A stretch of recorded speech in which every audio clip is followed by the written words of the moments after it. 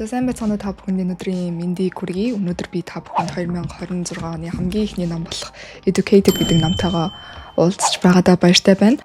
Энэ ном нь Tara Westover зохиолчийн өөрийн амьдралын бодит дурсамжаа өгүүлсэн New York Times-ийн бестселлер ном байгаа. Тэгээ та бүхэн ингээ харах юм бол энэ чи Bill Gates хүртэл өөрийнхөө сэтгэлийг чи дурдж өгсөн байгаа. 2018 онд хэвлэгдсэн цагаас эхлэн шуугаан тарьж дээрэс нь маш олон хүнд урам зориг өгсөн. Гарчгийг харах юм бол Educated гэж байгаа. Educated гэдэг маань боловсралтай болох нь гэж тэлээ орчуулъя гэж бодож байна. Ягаад гэх юм бол монгол хэлэн дээр хараахан хэвлэгдэж гараагүй юм бэлээ. Номын гол дүр болох номын зохиогч Tara Westover маань маш чанга хатуу Мормоны гэр бүл төссөн. Мормон гэхээр христийн шашинд итгэгч хүмүүсийг Мормон гэж нэрлэдэг. Тарагийн гэр бүлээ илүү шашны хувьд туйлширсан ч гэж хэлж болно. Ягаад гэх юм бол эцэг хэн бүр засгийн газар итгэдэггүй. Тийм ч учраас зарим хүүхдүүдээ болол огт суур боловсрал эзэмшүүлэхээр сургуульд явуулж байгаагүй. Жинхэнэ амьдралын эрдэм сургана гээд хатуу хүүхдээ ажил хийлгэж байсан. Эмнэлэгт хүртэл итгэдэггүй. Ямар нэгэн бэртэл гэмтэл болох юм бол өөртөө ингэж өмжилдэг. Нийгмээс тасархай гэх юм уу? Ийм гэр бүл төссөн. Гэр бүлийн хүчирхийлэл, үл итгэлцэл, сэтгэл зүйн асуудал гэх мэтчлэн маш олон саад дугууруудыг даваад боловсрал эзэмшиж байгаа. Одоо та тэрвээ зохиолчийг Google-д харах юм бол Cambridge их сургууль докторийн зэрэгээ хамгаалсан хүн байдаг. Энэ нэг саад дугууруудыг давж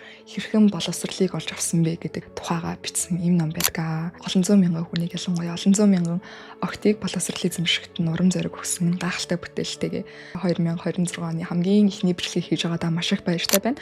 Та бүхэн ч гэсэн бичлэгээ дуусна үзээрэй. Доктор Tara Westover нь түүхч дундаа түүхчдийг судалдаг гэдгээр аягүй сонирхолтой. Тийм ч учраас өөрийнхөө дурсгалыг бичгтээ маш хянамгай бичсэн. Яагаад гэх юм бол дурсамж гэдэг бол барьцтай зүйл биш шүү дээ. Эргэж дурсахад дурсамж яаж өөрчлөгдөж болдог. Тийм учраас өөрийнхөө дурсгалаа бичгтээ өөрийнхөө санаж байгаагаар бичгийн хажуугаар маш олон хүмүүсээс баттгаж хамгийн бодитойгоор бичгийг хичээсэн харагддаг. Дээрээс нь мэдээж түүх судалдаг хөө учраас энэ номны бичих юм аяг нэг удаа унших юм бол таммааргүй уншаад эхэлж байхад ном битгий дуусаасаа гэж бодмоор тийм гоё байсан. Хэрвээ та бүхэн боломжтой байх юм бол энэ номыг номоор нь авч уншаарай гэж би бол хүсэж байна. Энэ ном 400-аад хуудас 40-од бүлэгтэй бас илүү цэгцтэй явахад дэвтэх юм болов уу гэж бодсон. Хамгийн ихний бүлгүүд Тарагийн бага насны амьдралын талаар ярьдаг. Тарагийн бага нас Америкийн Айдахо мужийн Bucks Peak гэдэг газар өнгөрдөг. Bucks Peak-д бол ихэнх хүмүүс христийн шашинтай бүтэнсээ өдөр сүмд явдаг. Аав нь хэлсэнчлэн христийн шашинд маш үнэнч засгийн газарт тэгдэггүй. Хүүхдүүдэд төрөхт нь ерөөсөө эмнэлэгт очиж үзүүлж байгаагүй. Тийм ч учраас хүүхдүүд нь бол бүр төрсний гэрчлэгээч байдаггүй. Энэ нь ч гэсэндээ хожим хойно Тараг их сургуульд ороход нь асуудал болдог. Хүүхдүүдэд төрсний гэрчлэгээ авч байгаагүй дээр өөрийнхөө машины гэрчлэгээ байхгүй. Ер нь л шаардлагатай бичиг баримтуудыг ерөөсөө бүрдүүлж байгаагүй. Түүнээсээ болоод хизээ нөгөөдөр засгийн газар өөрийнх нь гэрт нь халтаж ирнэ гэдэг тийм айдастай амьдардаг гэх юм уу. Тэгээ байнгын бэлтгэлтэй байдаг, байнгын хоол хүнсээ нүүдэг, зэвсэг хүртэл хадгалж бэлддэг тийм гэр бүл байсан. Өөрсдөө хүнсээ бэлтэн, өөрсдөө газар тариалангаа хийн гэх мэтчлэн хүүхдүүд нь багаасаа эхлээд ерөөсөө л газар тариалангийн ажил, гэр ахуйн ажил оролцож ирсэн. Тарагийн ээжийн хувьд нэгэн гэр бүлээс гаралтай ээж аав нь боловсролт итгэдэг. Америкийн дундаж ил ямар байдгүй ерөнхийдөө тийм байдлаар өссөн. Харин Тарагийн аав бол өөрөө бүх зүйлийг болгоё бүтээе гэдэг гэсэн хэдиж христийн итгэл өмшөлт бол маш гүнзгий итгэдэг тийм хүн байсан. Тарагийн ээж нь Тарагийн аавтай сухад Тарагийн ээжийн талынх нь хэмж дуртай байгаагүй. Аав нь ч гэсэндээ ээжийнх нь талын хүмүүс дуртай биш. Ягаад гэх юм бол тэднийг засгийн газарт хуурдагдсан итгэл өмшөлтөө үнэнч биш хүмүүс гэж бол үздэг. Энэ номон дээр Тарагийн зөвхөн ээжийн талын хамаатнууд гардаг. Тэгэхээр би Тарагийн эмээ гэж ярих юм бол энэ нь Тарагийн ээжийн ээж буюу энгийн амьдралтай Америкчууд гэж ойлгож болно. Тарагийн эмээ нь ач нараа боловсралтай болохыг их хэрмэлцдэг. Тара багтаа эмээтэйгээ их гадуур дотор зугаалж эмээ гихэн гэрт очиж хоног гэж тэгж бол явдаг байсан. Тарагийн аав нь Тарагийн ээжийг нутгийн их баригч бол гэж маш их ятгадаг. Ягаад гэх юм бол тухайн бүс нутагт гэртээ төрөх тохиолдол нэлээд гардаг юм шиг байна. Нутгийн яг их баригч гэж тустай хүмүүс байдаг. Тийм хүн болох юм бол илүү засгийн газраас хамааралтай биш. Гэхдээ өөрөө өөрийнх мөнгийг олоод явах боломжтой гэж Тарагийн аавын хувьд харсан байгаа. Түүнчлэн өөрийнх нь хүүхдүүдэд том басны дараа ч гэсэндээ хүүхэд гарахт нь эмээ буюу Тарагийн ээж нь тусалж чадна гэсэн байдлаар харж Тарагийн ээжийг их баригчлахаар аав нь ятгадаг. Эхний хэсэгт бол Тарагийн ээж нь их баригчлахдаа нэг дуртай биш. Нөхрийнхөө шаардлагаар их баригч болж байгааг харагддаг. Гэсэн ч явандаа гэр ажилдаа илүү гарчиж илүү өөртөө ихтэй болж байгаа нь харагддаг. Тара багтаа ээжигээ дагаж их барих ажилд нь бол явдаг байсан. Тэр үедээ ерөөсөө хууль бус зүйл юм байна гэдгийг ойлгодог. Ном дээр Тарагийн гэр бүл 6 хүүхэдтэй гэж гардаг. Тара бол гэр бүлийнхээ хамгийн бага охин нь байсан. Эхэндээ бол аав нь бол бас тиймч туйлширсан байгаагүй юм шиг байгаа. Эхний хүүхдүүдээ болоо сургуульд явуулж исэн. Яваандаа илүү туйлширч хүүхдүүдийн ер нь болоо сургуульд явуулахгүй гэдэг шийдвэр гаргасан. Тийм ч учраас хамгийн бага 4 хүүхэд болох Люк, Одри, Ричард, Тара нар ерөөсөө суур боловсрал эзэмшээгүй. Тарагийн ээжийн хувьд хүүхдүүдтэй боловсрал олохыг маш их хэрмэлцдэг байсан. Гисэн хэдий ч аавынхын талаас иргэн төдийлөн дэмждэггүй байсан. Одоо жишээлбэл ээж нь өглөө хичээлийг нь хэлгээ сууж ангууд аав нарч ирээд тариалангийн ажил хий гэж хүүхдэд авч гардаг ч юм уу. Эхэндээ болол тэр хоёр хоорондоо ингэ маргалддаг байсан юм байна л да. Хүүхдүүдээ нэг хэлгэн ч хүүхдүүдээ нэг хэлгэнгээ сүлд болол ээж нь багаар ялагдаж эхлээд огт хичээл хийхээ байсан байдаг. Тарад хамгийн их нөлөө үзүүлсэн бол ялцчихгүй Тарагийн ах Тайлер байдаг. Тэгээд Тайлер зорины шкамд нь ч юм уу нэг газар аваасаа нуугдаад тэнцэн ном уншдаг. Тайлерт имэн нэглэн тусалдаг байсан болов уу гэж одоо харагдтiin. Тухайн үед бол Тайлер 15, 6 настай гэрээсээ анхудаага би их сургуульд явна гэдэг шийдвэр гаргасан тийм хүү байгаа юм. Гэртээ нууцаар аваасаа нуугдаж ингэж ном уншдаг. Сүүл рүүгээ Тайлер сургуульд орохын тулд Америкийн ЕШ буюу SAT-ийн шалгалт өгөх шаардлагатай болдог. Түүндээ бэлтгэхийн тулд өглөө эрт босоод хичээлээ хийдэг. Аав нь Тайлерыг тэр шалгалтаас нь стар болохын тулд ямар ч хамаагүй тийм ажил гаргаж ирээд өөр юм хийх шаарддаг. Тарагийн харж байгаа ертөнцөөс Тайлерийн аав Тайлер хоёр бол өглөө болгон тийм маргаан хийдэг. Би хичээлээ хийн, хичээлээ хийхгүй энэ гэсэн. Тэгээ ихэвчлэн бол аав нь дийлж таардаг ч гэсэндээ ганц нэг удаадаа бол Тайлер тэр маргааныг нь дийлээд гэртээ үлдэж хичээлээ хийж чаддаг. Сүүл рүүгээ аав нь ч гэсэндээ шантраад Тайлер үдээс хойш нөгөөний ажлуудыг хий, оронд нь авлооны цагийг өгөө гэж аавтайгаа зөвшөлдсөж чаддаг. Нэг өдөр Тара Тайлер өрөөнд орсон чинь пиан зөрүүтэйсэн юм байна л да. Тухайн үед бол Тара Тайлертай тиймч ойрхон биш гэсэн идэж өгснээр Тайлер Тарад ягаад ч айгүй тийм гой зөөлхөн гой харьцаж ирдэг. Тэгэнгүүтээ пианснуудаас ширтээдсэн нэгийг суулж байгаа гоо Тарад ингэ сонсуулдаг. Тарад маш гой мэдрэмж төрж исэн талаар ном дээр бичсэн байдаг. Тэр хоёр тэгээд орой алган нөгөө пианза ингэ сонсдог. Тарагийн гэр бүлээс нь хамгийн татна хүн бол Тайлер ялцчихгүй болж таарсан байдаг. Тайлерийн өсөн хүлээс их сургуулийн хариун жирээ Тайлер бол их сургуультай явахаар болдог. Тухайн үед бол бүх юмаа баглаад гарахтаа байнга хамт сонсдог тэр пианза үлдээгээд гарсан. Гэр бүл нь бол Тайлерыг их сургууль явахад дургу байгаа. Тийм ч учраас их сургууль руу нь гаргаж өгдөггүй. Хаалгаараа гараад машиндаа суугаад явж байхыг нь Тара араас ингээ хараа зогсож байгааг харангуйта Тайлер ингээ бутаж ухарч ирэнгүүтээ Тараг ингээ тэврээд тэр хоёр бол салдаг. Тухайн үед Тайлер их сургуульд явж байгааг хараад ч гэсэндээ сургуульд явах юмсан гэдэг хүсэл нэлээд төрж исэн. Тарагийн гэр бүл, Тарагийн эмээ болох Тарагийн ээжийнх нь ээж рүү зочлохоор явдаг. Тэр үедээ Тарагийн аав нь Тарагийн ээжинтлийн гэр бүл дургүй шүү дээ. Тийм ч учраас нэгэн том маргаан үсээд Тарагийн гэр бүл гэрлүүгээ буцаж явахаар болдог. Тэр бол нэлээд зайтай газар байсан юм шиг байна. Тэгээ гадаа нэлээд бүрэнхий болоо шуурах ч гэсэн шуурах гад ерөн цагаагаар бол машин барихаа тийм ч тохиромжтой биш байсан. Тарагийн аав нь зөрүүдлээд шууд машинаа бариад явчихдаг. Цагаагаар суулсандаа маш том асал хийгээд туслаас олж Тарагийн ээж нь тархиндаа маш том бэртэл авдаг. Хэд тууширсан урмны үзэлтэй гэр бүл учраас эмнэлэг рүү ол явдаггүй. Тарагийн ээж нь тархиныхаа бэртлээсээ болж зорийнхоо өрөөнөөс хэдэн 7 хоног гараагүй байдаг. Мартад сандаг өвчтэй болоод бүр тэрнээсээ болоо хоолой хизээ эзний хүртэл ингээ мартчихдаг болсон. Хойд бол Тарагийн ээж рүүсөө ажиллаа хийж чадаагүй нөгөө нэг их барьдаг ажил хийдэг штэ тэрийг ээждэг. Ягаад гэх юм бол баян мартад сандаг. Ээждэн ч тэр хүүхдтэй ч тэр баян ингээ мартснаадах юм бол аюултай штэ тий. Тийм болохоор зойрондоо ер нь өөрийгөө төгжээд өөрийгөө эфирийн цаар имжлэхийг хичээгээд өөртөө юм гаргаж авдаг. Тарагийн ээж нь сэтгэл зүй болон дүрийнхээ хувьд нэлээд өөрчлөгдөж байгаа нь л энэ дээрээс харагддаг. Яг энэ наслын дараагаас Тарагийн ээж илүү сүнслэг байдал, илүү энерги гэсэн тиймэрхүү юмнууд итгэж эхэлдэг. Muscle check гэдэг нэг юм гаргаж ирсэн. Тэр нь юу вэ гэхээр тархиндаа биш өөрийнхөө булчиндаа итгэн гэх юм уу? Өөрийнх нь булчин, өөрийнх нь биеийн тэрийг зөв гэж хэлж байгаа гараа ингээд тогшиж ингэж мэддэг. Байнга тогшигдоод байх юм бол тэр нь зөв, тогшигдохгүй байх юм бол тэр нь буруу гэдэг ч юм уу. Ямар тач Тарагийн ээжд нь альва зүйлийг энергийн хувьд онцлох мэдрэмж ядгаа гэртэгдэг. Тарагийн ээжийн хувьд өсөж төрсэн рационал гэр бүлээсээ илүү нөхрийнхөө тал руу энерги гэсэн тийм зүйл рүү шилжиж эхэлдэг. Тайлер буюу Тарагийн их сургууль явсан ах нь явсны дараагийн 100 Тара аавынхаа ажилд тусалж эхэлдэг. Маш хүнд тоног төхөөрөмжүүдтэй тэрнээсээ болж бэртэж гэмтэх аюултай нөхцөл байдалд бол байнга ажилладаг. Тэгээд 100 Тарагийн ах Люк нь хөлөө шатаагаад гэрлүүгээ ирж ирдэг тухай Тара бичсэн байдаг. Яасан бэ гэхээр Тарагийн ах нь аавтайгаа хамт ажил хийж байгаад өмнөд рүүгээ бензин асгасан юм байна л та. Бамбар л асаасан юм шиг байна. Бамбар асаангуудаа нөгөөдхөө кермандаа ингэсэн чинь өмдөнд нь хүрээд өмд нь ингэ шатаж эхэлдэг. Тэгэнгүүт ах нь ингэ гүүгээ тэр аваараа баахан гал тавиад тэгээд доошоогоо гэрлүүгээ гүйж ирэнгүүт нь Тарагийн гэрт Тарагийн санаж байгаагаар бол Тарагаас өрхинж байгаагүй. Тарагийн ах нь бол гадаа хөвчөж байгаа шүү дээ. Тэгээд тэнгууд 10 настай Тара дотор юу гэж бодсон бэхээр ах амар халуун байна, хэцүү байна гэж байгаа юм чинь хүүтийн хэрэгтэй гингуудаа шууд хогийн савнасаа бүх хогийг авангуудаа хогийн савндаа хүүхдээ ус дүүргээд тэгээ ах руугаа гаргаж ингэж өгөөд ахынхаа хөлийг дөрүүлэхийнхаа яг наахнад бодсон ээж нэрээ иймэрхүү төлөгдөлтийг ням бактериас болсон гэдэг чинь ням бактери орох юм бол нэрээ болохгүй хаа гэдэг нэг архунастай охин ч бодоод за ахаа та битгий дүрээ болохгүй юм биш шүү гэжэд л ах нь ингээ хөлөөдөрц. Тэнгуут нь таарагаас ухаан сэлэнгүүтээ гэрлүүгээ буцаж ороод ууж авангуудаа ахынхаа хөлийг өргөж ороогоод хогийн савтаа ус руугаа хийсэн. Тэгээ дараа нь ингээ бодонгууд тухайн үед аав нь хаа нисэн бэ гэхээр нөгөө Люкийн асаасан галыг унтраах гэж тэр уулан нэрвүүлсэн байгаа. Тэнгуутаа хүүхэд нь ингээд хөлөө шатсан ч гэсэндээ за ямар тач ээж рүүг очиж лувчин нь олдно гээл хүүхдээ машинд нь суулгаад чи ямар тач яв гэд ингээ явуулсан. Гэрт нь ээж нь байгаагүй ээж нөгөө их барих ажиллаа их гээд гар яваад өчгсөн. Тэгээ таараагаас өрхөн байгаагүй учраас таараа тухайн нөхцөл байдлыг гартаа авсан байгаа юм.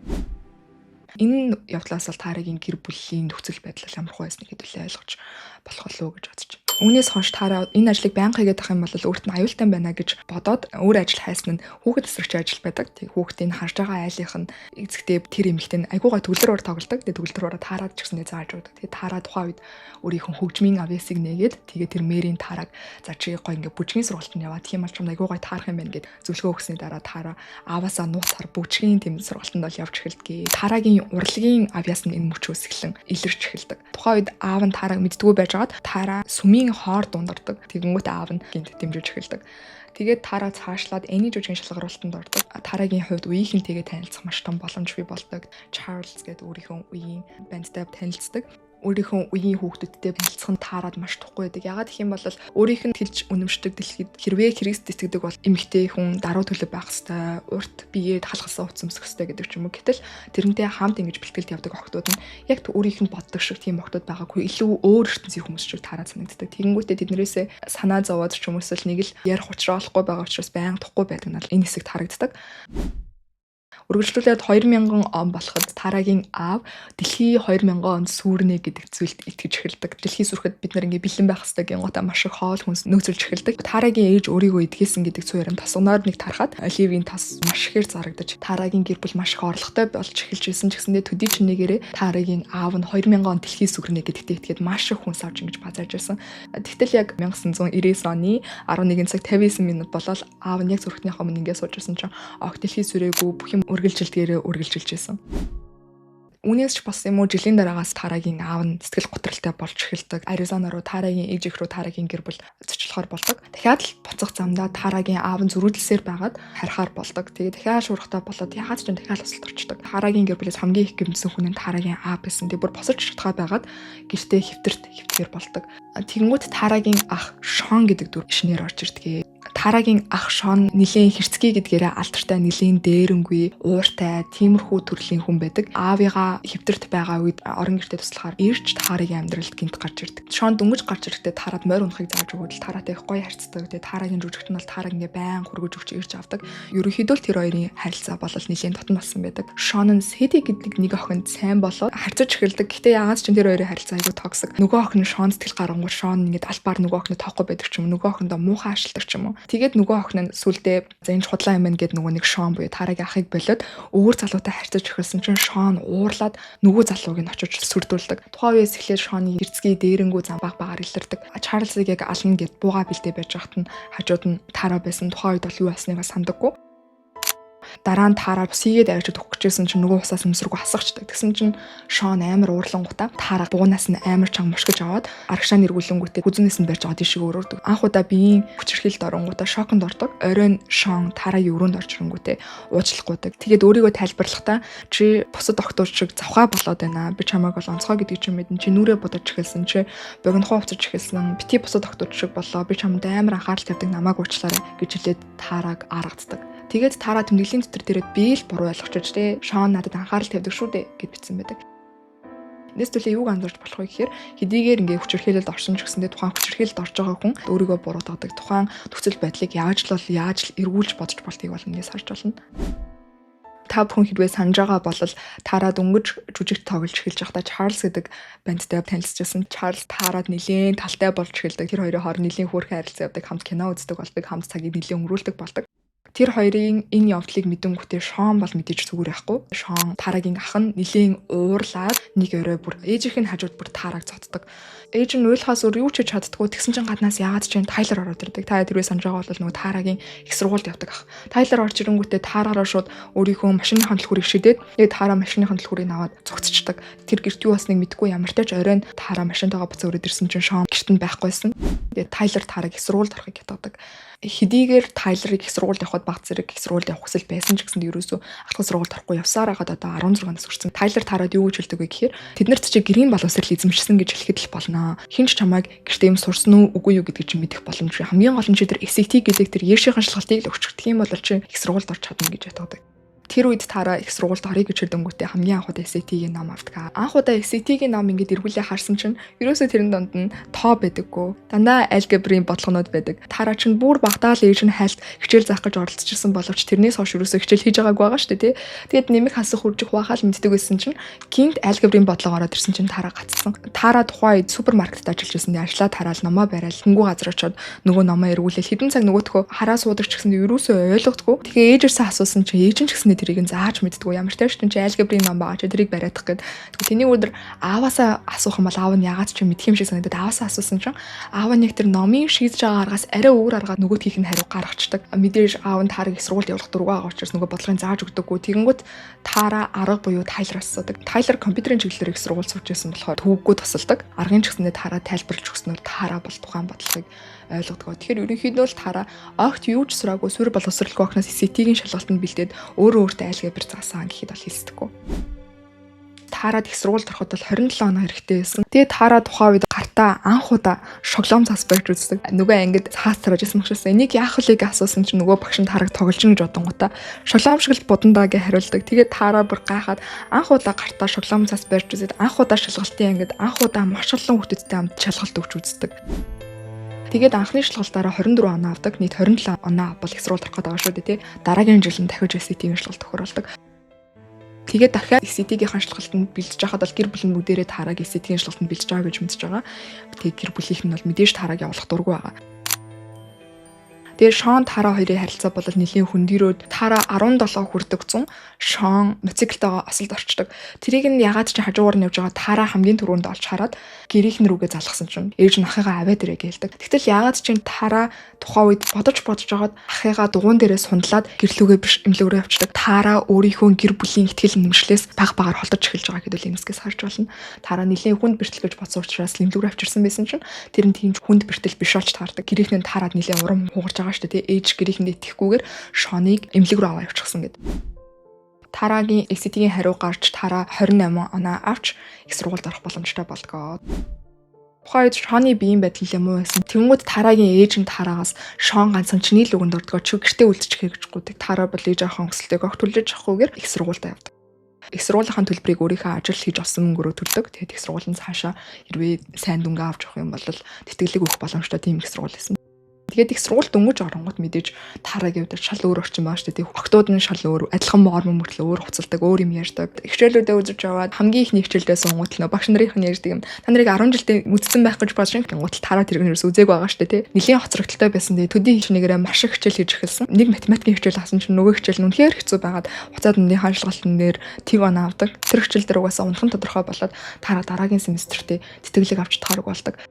Тэтгэлэг авч чадахгүй юм чинь угаасаа мөнгө төгрөггүй болж байгаа шүү дээ. Тэгээд энэ хичээлүүд дээр унахаас илүүтэйгээр санхүүгийн хувьд би дараагийн семестр их сургуульд явж чадах уу гэдэг асуудалтай нуртулдаг. Нийгмийн халамжаас Тара тэтгэлэгт өргөдлөө гаргаа гэж хүсдэг ч гэсэндээ Тара ерөөсөө тэтгэлэгт өргөдлөө гаргадаггүй. Ягаад гэх юм бол аав нь ерөөсөө тэтгэлэгт итгэдэггүй байгаа шүү дээ, тий. Тэгээд Чарльзтай уулзаал хамаг зовлонгоо тоочвол би ингээд энэ хичээл дээр ингэж унах гэж байгаа. Надад ингээд семестрийн төлбөргүй болох чинь гэсэн чинь Чарльз чи ерөөсөө хүнээс ингэж тусламж авч мэддэггүй. Чи багшаас очиод гуугаад үзэлтэй тэгээд чамд ямар нэгэн арга зам гарч ирэх юм билүү гэж хэлдэг. Чарльзын үгийг нь авангуудаа математикийнхаа багш дээр очиод би ингээд ерөөсөө унж болохгүй. Миний тэтгэлэг ингээд надад үнэхээр чухлаа гэсэн чинь математикийн багш нь Тарагийн үгийг нэлээд тоохгүй юм шиг байж байна. Угаасаа би дөнгөж чинь хуурамчаар бол үнэхээр тавьж чадахгүй. Тэртээ дөрвөө зөндөө л хүүхдүүд унж байгаа гэж хэлдэг. Тэгээд Тара яг өрөөмсөөр гарах гэсэн чинь багш нь Гэтэ зөндөө олон хүүхдүүд унж байгаа учраас би яг чамд нэг боломж өгье. Яг их сургуульд хоёр төрлийн шалгалт байдаг шүү дээ, тий. Хугацаа дундын шалгалт болон хугацаа эцсийн шалгалт. Хугацаа дундын шалгалтын дээр тийг авсан ч гэсэндээ хугацаа эцсийн шалгалтын дээр хэрвээ бүтэн оноогоо авах юм бол тэр оноогоор чинь дөнгөж чинь тавина гэж хэлдэг. Тэгээ таараа чинь бөөн баяр болоод шалгалтандаа бэлцээр байгаа тухайн шалгалтаа сайн өгөөд сургалтын төлбөрөөсөө талын хүмүүлүүлэхээр болдгоо. Тэгээ Тара болон Чарлз хоёрын харилцаа нэлээд дотносоод нэг өдөр Тара Чарлзыг гэртээ урьдсан чинь ягаад ч Шон болон Тара хоёрын хооронд маргаан болоод Шон шууд Чарлзын нүдэн дээр Тарагийн гарыг эргүүлж ангуудаа шууд дээрээс нь дараад авдаг. Тарагийн тухайн үеийн мэдрэмж нь юу байсан бэ гэхээр ямар ч тач энийгээд идэх юм бол Чарлз нэг тоглоом шоглоом гэж дод орхичих байхаа гэж боддог. Тэгээд тэр үед Тара Шоноос уушлахгүйгээд нөхцөл байдал өнгөрдөг. Тэр явдлаас болоод Тара нилээд гимтээд хөлөө өвтгчдөг. Энэ явдал Тарагийн сэтгэл зүйд нэлээд нөлөөсөн болж таардаг. Нийгмийн халамжийн хүн дээр очиод нөгөө тэтгэл төрөлтлөө явуулдаг. Тэгсэн чинь нөгөө нийгмийн халамжаас нь Тарагийн сургалтын төлбөрийг бүгднгийн төлж өгөө зогсохгүй семестрийн төтгөмж болох $4,000 нэмж өгдөг. Тухайн семестр Тара сэтгэл зүйн хичээл авч ирсэн чинь тэрэн дээр bipolar disorder-ийн талаар тайлбарладаг. Энэ хоёр төрөл сэтгцэн эмгэг гэж ярьдаг шүү дээ. Тэгээд энэ дээрээс Тара аавыгаад bipolar disorder-тай байж магадгүй байна гэсэн үнэлтэнд хүрдэг. 3 дугаар курстээ Тара хөгжмийн мэргэжлээсээ татгалзаад түүх улс төр судлахаар болдог. Профессор нь Тараад Кембриж их сургуулийн хөтөлбөр байна. Чи нэг явчаад ирээ гэж хэлдэг. Тара нэлээд эргэлзэжсэн хамт хичээлээ судалж ирсэн эрэгтэй хүүхдээсээ. Хэрвээ чи эмэгтэй байсан бол Эрдэнэ намын зан хөөхөөр зориглох байсан уу гэж асуудаг. Нийслэлээ юу харж болох вэ гэхээр Тарагийн гэр бүл уламжлалт хэм маягтай гэр бүлээсэн. Аав нь бол эмэгтэй хүний заавал галтгоонд байх ёстой гэж үздэг. Аав нь наслд орчихсон байгаа шүү дээ. Хэдийгээр ээж нь гэр бүлийнхээ ихэнх орлогыг олдог байсан ч гэсэн нөгөө нэг тосмодоо зараад аав нь ээжийг нь галтгоонд байлгахыг шаарддаг. Ерөөсөө л эцэгтэй хүнийхээ үүргийг давхар хийхийг бол байнга шаардсаар байсан. Тэр 100 сараар их сургуулиасаа гэрлүүгөө очирсан чинь ах нь шинэ ихнэртэй болсон байдаг. Ихнэр нь ингээд төрөхчсэн чинь ихнэр болон хүүхдэд нь төрөхөд маш их хүндрэл учраад гэтэл тэд нэр юусэн имлэг яваагүй дахиад нөгөө Тарагийн ээж нь очиж тэднийг төрүүлсэн. Энэ үйл явдлыг харсан Тара дахиад гэр бүлийнх нь хит уламжлалт байдал нь үнэхээр зөв үү гэдэгт бол эргэлзэж эхэлдэг. Тэгээд дараагийн семестрт эргэж очсон чинь профессор нь дахиад нөгөө Кембрижийн хөтөлбөрч өргөдлөө явуулаад үз. Кембрижийн хөтөлбөрч өргөдлөө явуулаад үз. Тэрэндээ судалгааны ажлын Тара өргөдлөө явуулсан чинь тэнцдэггүй. Тэгсэн ч гэсэндээ ягаад ч профессор нь өөрөөсөө санхүүжилтийг нь гаргаад Тараг явуулахар болдог. Тэгээ анх удаа Тара Кембрижийн их сургуульд очоод өөрийгөө үнэхээр тэр их сургуулийн нэг хэсэг биш юм шиг мэдэрдэг. Бүхэл юм гялцаал хүмүүс нь ингээд орой хамт суугаал орой хоолоо иддэг. Тэгээд ингээд хутга сэрээ барайл ингээд хоолоо идэнгүүт би чи байхсгүй хүн штэ. Би чи ингээд өөр хүн штэ гэд өөрөө өөртөө эргэлзээр идэг гэсэн хэдий тэр судалгааны ажлын профессор нь Тараг маш өндөрөөр үнэлдэг. Тарагийн хийж байгаа ажлууд маш нэгт намбай байгааг хараад Тараг Кембрижид мастера хийх саналыг тавьдаг.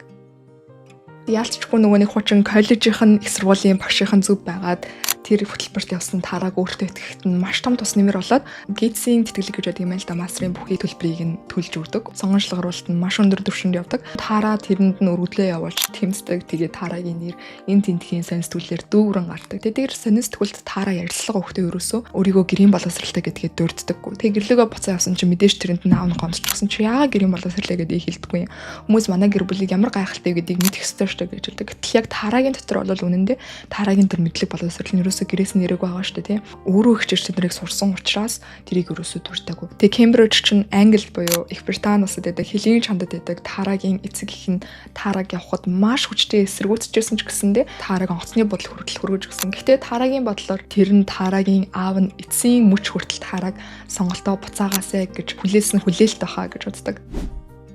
Тэгээ Кембриж их сургууль мастрынхаа хичээлийг хийжсэн чинь Одри буюу түүний эгчээс нь Тараад мэйлэрдэг. Ямар мэйл ирсэн бэ гэсэн чинь Шон Одриг ч гэсэндээ маш их хүчээр хийлж зоддог байсан. Тэгээ түүнийгээ эцэг ихтэй хэлэхээр шийдсэн гэдэг тийм мэйлээсэн.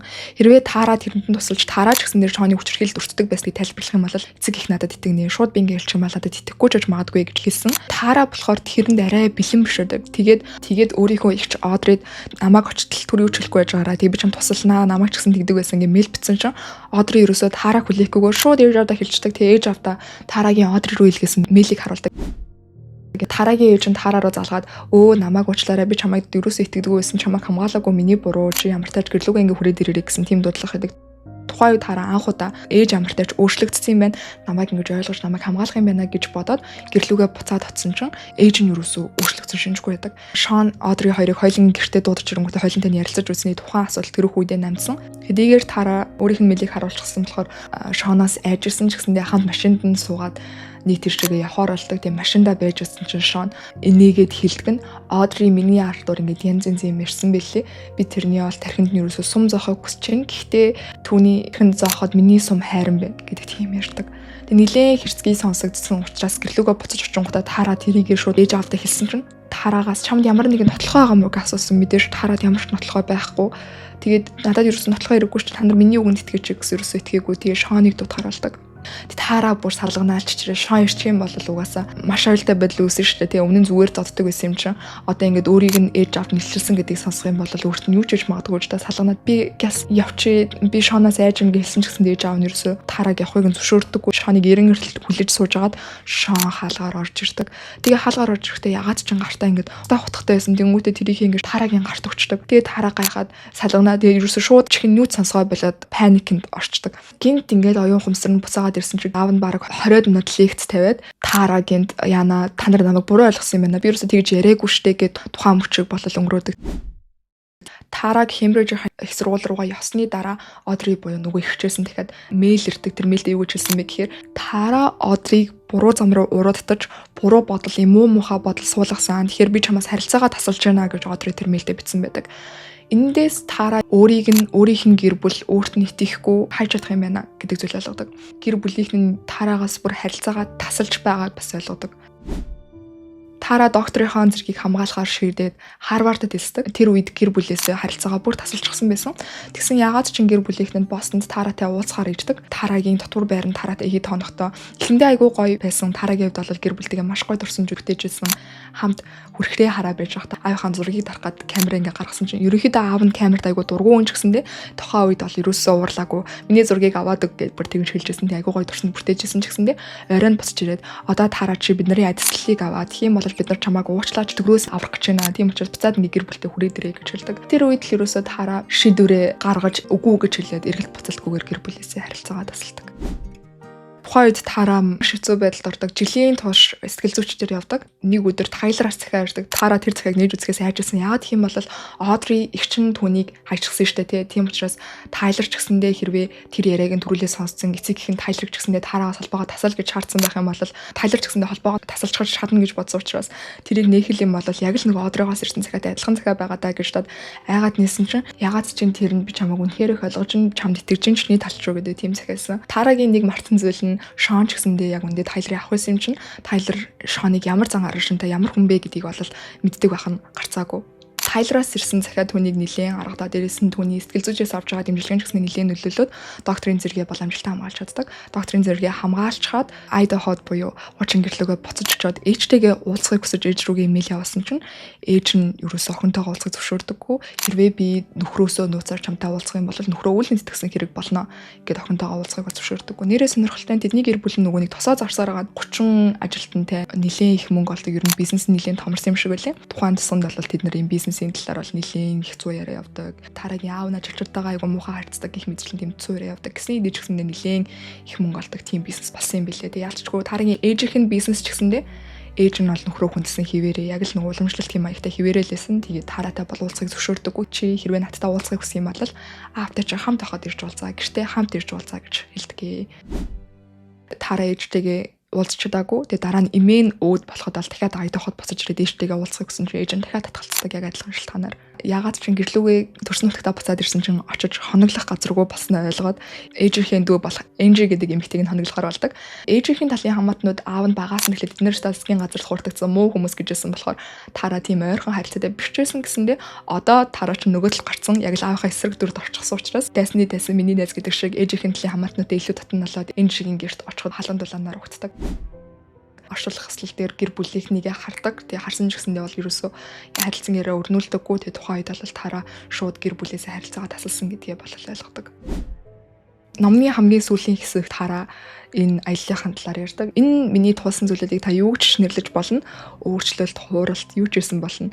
Гэхдээ би нэг юу гэж нэрлэхийг хүсэж байгаа вэ гэхээр боловсралтай болох нь гэж нэрлэмээр байна гэж хэлдэг. Ягаад гэх юм бол боловсрал надад энэнд итэг гэж тулгаагүй боловсрал надад энд ийм итгэл нүшил байна, энд ийм итгэл нүшил байна. Гэхдээ чи алийг нь сонгохоо өөрөө мэднэ гэдэг тэр эрхчлөлөг өгсөн гэж номыг дуусгасан байдаг.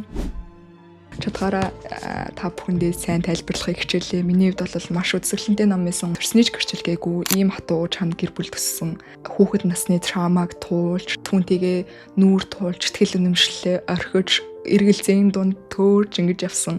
Таараа докторийн зэрэг хүртэл явсан өөрийнхөө түүхийг ямар ч үйлдвэргүйгээр бичсэн юм шиг надад санагдсан. Тэгээ та бүхэнд ч гэсэн таалагдсан болов уу гэж найдаж байна. Өөрсдийнхөө сэтгэлдээ комент хэсэгт бичээрэй. Тэгээд энэ хүртэл сонссон та бүхэндээ маш их баярлалаа. Дараагийн бичлэгээрээ уулзцгаая.